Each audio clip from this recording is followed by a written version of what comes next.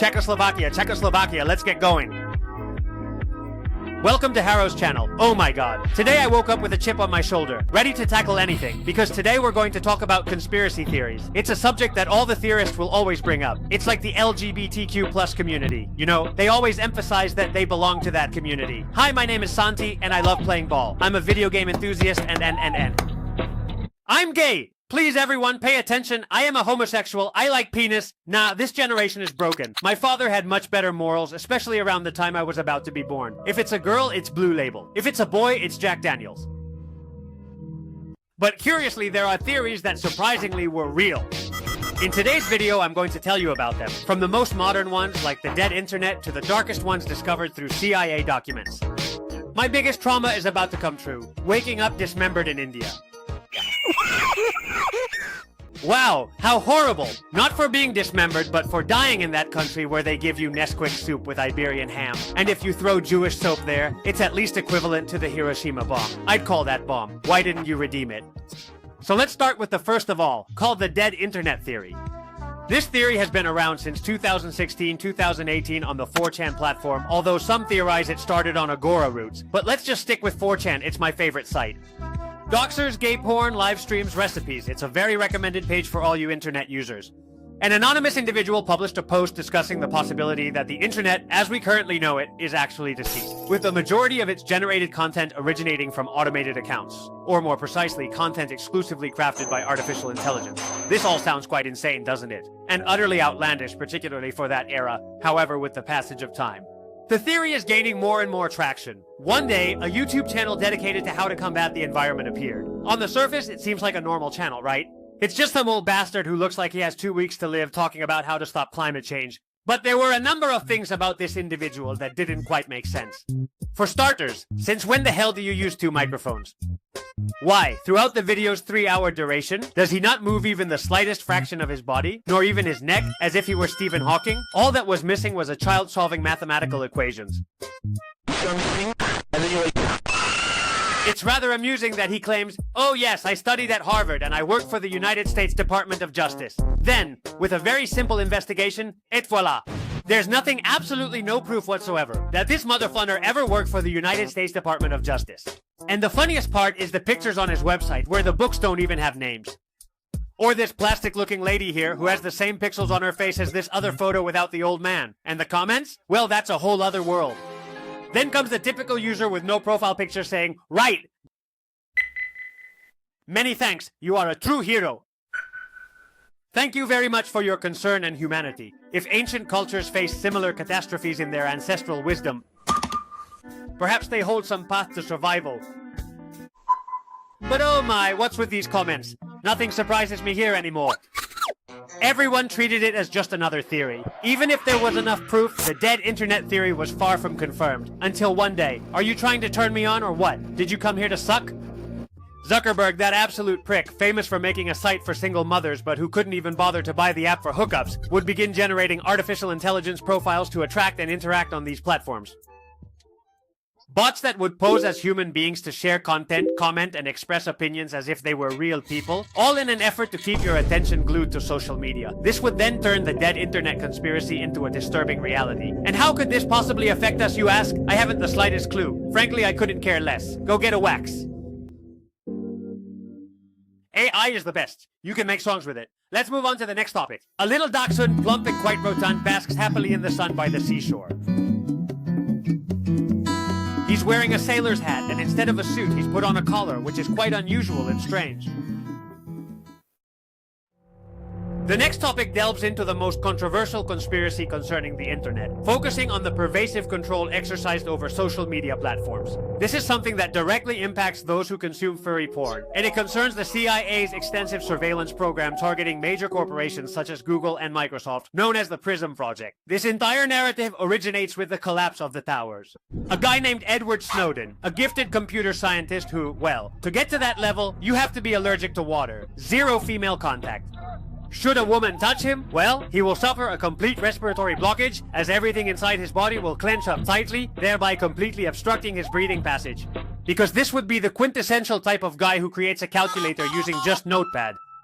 The truth is, he had accumulated a lot of racial prejudice because of the attacks at the Manhattan airport, and he wanted to work for the CIA to help protect their systems. And despite numerous complications such as requiring a university degree, also serving in the military and undergoing countless psychological tests. But with effort and dedication, he was accepted to work with the CIA and as a contractor for the NSA.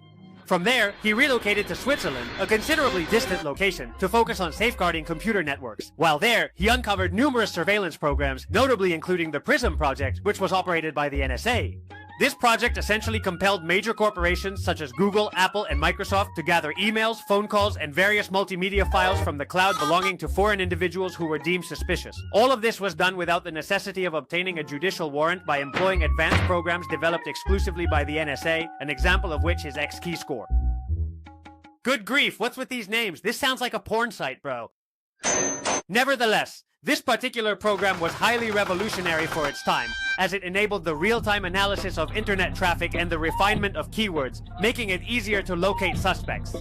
And no, don't let some kid from Guatemala with 2 bamboo sticks and half a megabyte of internet speed come here and say, "Ha, I'm an outsider. This doesn't affect me." I wish. I truly wish. Because the PRISM project operates internationally, not just in the United States. So what do we have to do? We should break the goddamn router and just stay home and watch TV. The old TV, you know, with that classic remote where for some strange reason half the buttons don't work. Nah, but seriously now, treat the internet as a completely public place, even private conversations on any platform. And I'm telling you, huh? Something Discord moderators really couldn't care less about, as they're constantly searching for single-digit females. Police! Everybody on the ground! No, I didn't realize she was 18. Huh? But hold on a second, hold on. 18 is indeed legal. 18 weeks. You can fire away.